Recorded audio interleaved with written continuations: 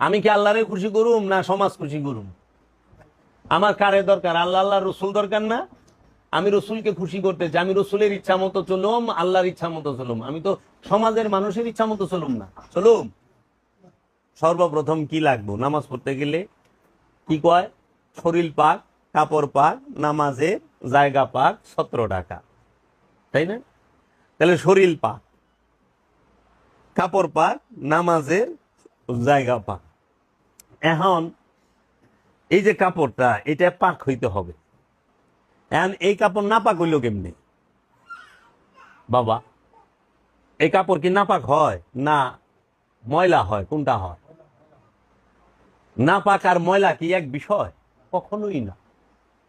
কারণ এই কাপড় তৌহিদে বাস করে, এইটা সিফাতের সিফাত দিয়ে তৈরি, সিফাত গুণাবলীরও গুণাবলী দিয়ে তৈরি কাপড়। এই কাপড়ের মধ্যে ময়লা লাগে, ধুলাবালি লাগে, গাম লাগে, পায়খানা প্রস্রাব লাগে, রক্ত পুইস এগুলো লাগে। এর জন্য এইটারে পানি দিয়া সাবান দিয়া ধুইলে এটা পরিষ্কার হয়, ময়লা কাপড় পরিষ্কার হয়।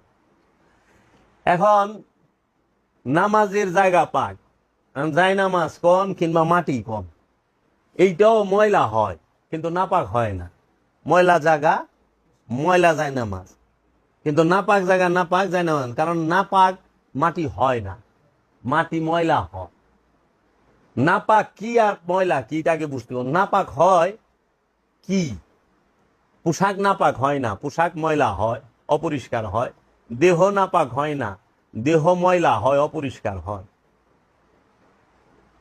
এই জায়গা জমি নাপাক হয় না, অপরিষ্কার হয়, ময়লা হয়। তাহলে নাপাক কি হয়? নাপাক হয় অন্তর। কেন নাপাক হয় অন্তর? অন্তরে থাকে শয়তান রূপী খান্নাস। খান্নাস যেখানে থাকে, মানে কামনা যেখানে থাকে, খান্নাসের বাংলা অর্থ হইল কামনা।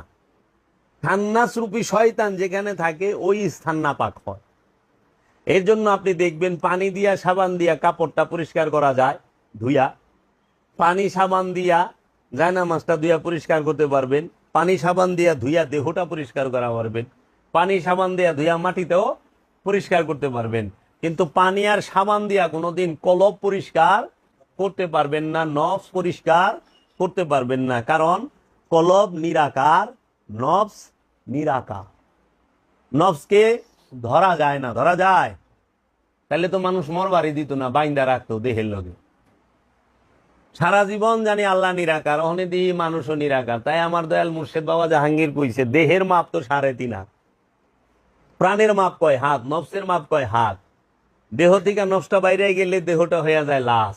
আর এই লাশের সমলি দিয়া অথবা সুতা দিয়া মাইপা 3.5 হাত যার যার হাতের মাইপা নিয়ে একটা কবর খুদে, মাটির গর্ত খুদে। কিন্তু এই দেহের থেকে যে প্রাণটা ছইরা গেল তার আকার কয় হাত, সে দেখতে কেমন, এইটাই তো আমরা পাইলাম না। তাইলে পীর ধরার মূল উদ্দেশ্য হইল কলবকে পবিত্র করা। কলব কখনোই সাবান দিয়া পানি দিয়া ধোয়া যায় না।